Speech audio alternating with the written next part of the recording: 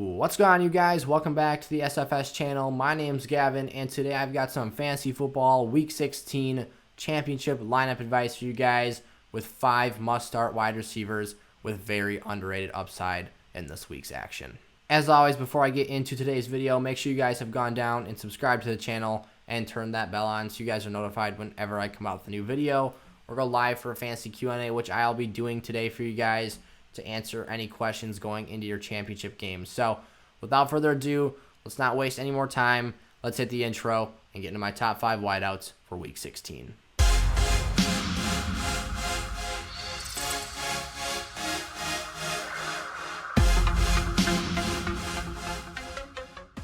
All right, just like the running backs video, these guys are not in any particular order. These are just 5 guys I really like in lineups, and depending who you've got on your team here, you can make a decision based off that. But my first guy I'm going to talk about here is Jarvis Landry of the Cleveland Browns. And Jarvis has been very impressive as of late, even with Odell off the field. I thought that before the season started, Jarvis would be more productive with Odell drawing some coverage away from him. But honestly, I think this Browns offense has been better, if that's too much of a stretch to say, without Odell on the field. Their run game has really picked up here as of late.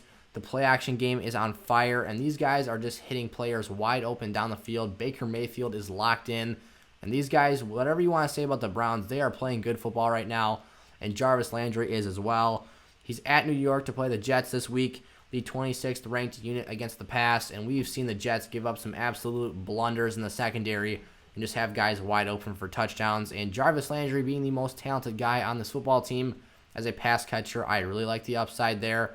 He's got 3 touchdowns in his last 4 games, so another thing going for Jarvis here, and a guy I think Baker Mayfield looks to in big moments, and he will have a really nice game here in Championship Sunday. All right, my next guy up here is Robert Woods of the Los Angeles Rams, traveling on the road to play Seattle this week, and Woods made my must-start wide receivers list that week the first time around against the Hawks back in Week 10, but he was only able to haul in 5 catches for 33 yards, and what was a very weird football game against that team.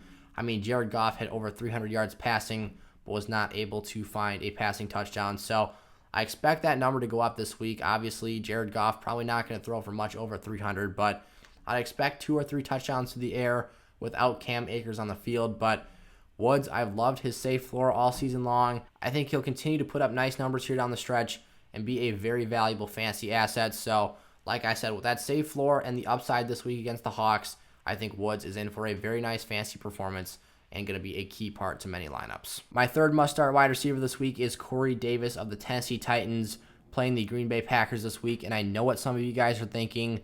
The Packers on paper look like a very tough and daunting matchup for that Titans passing offense, as they are the 8th ranked unit against the wide receiver in fantasy this season.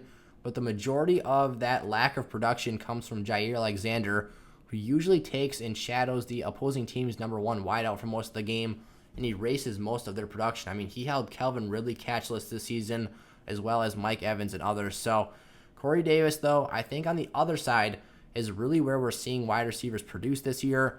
Last week, even, we saw DJ Moore, the opposite guy of Jair Alexander, who was following Robbie Anderson for most of that game. He had 6 for 131 against Kevin King on the other side. So I think Corey Davis, we have seen him have some very real hot streaks this year. He's very talented, obviously being a former first-round pick. So I like Davis. I think he can do some damage this week.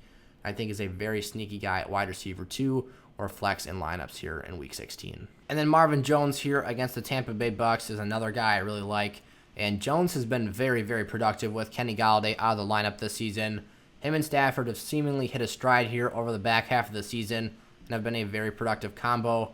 Obviously, last week against the Titans, Marvin Jones was excellent and highly productive. So Tampa Bay, who just let up a huge game to Calvin Ridley in Week 15, they are only the 24th ranked unit against the pass and wide receivers in fantasy. So I think there's another great opportunity for Marvin Jones to produce here this week. They're going to need to score points to keep up with Tampa, because I think they're going to have their way with that Detroit defense. And Jones, a guy who I think is kind of a similar build and play style to Ridley, should find a way to produce in that matchup. And then my last must-start wide receiver is Brandon Aiyuk, the rookie wide receiver for the San Francisco 49ers.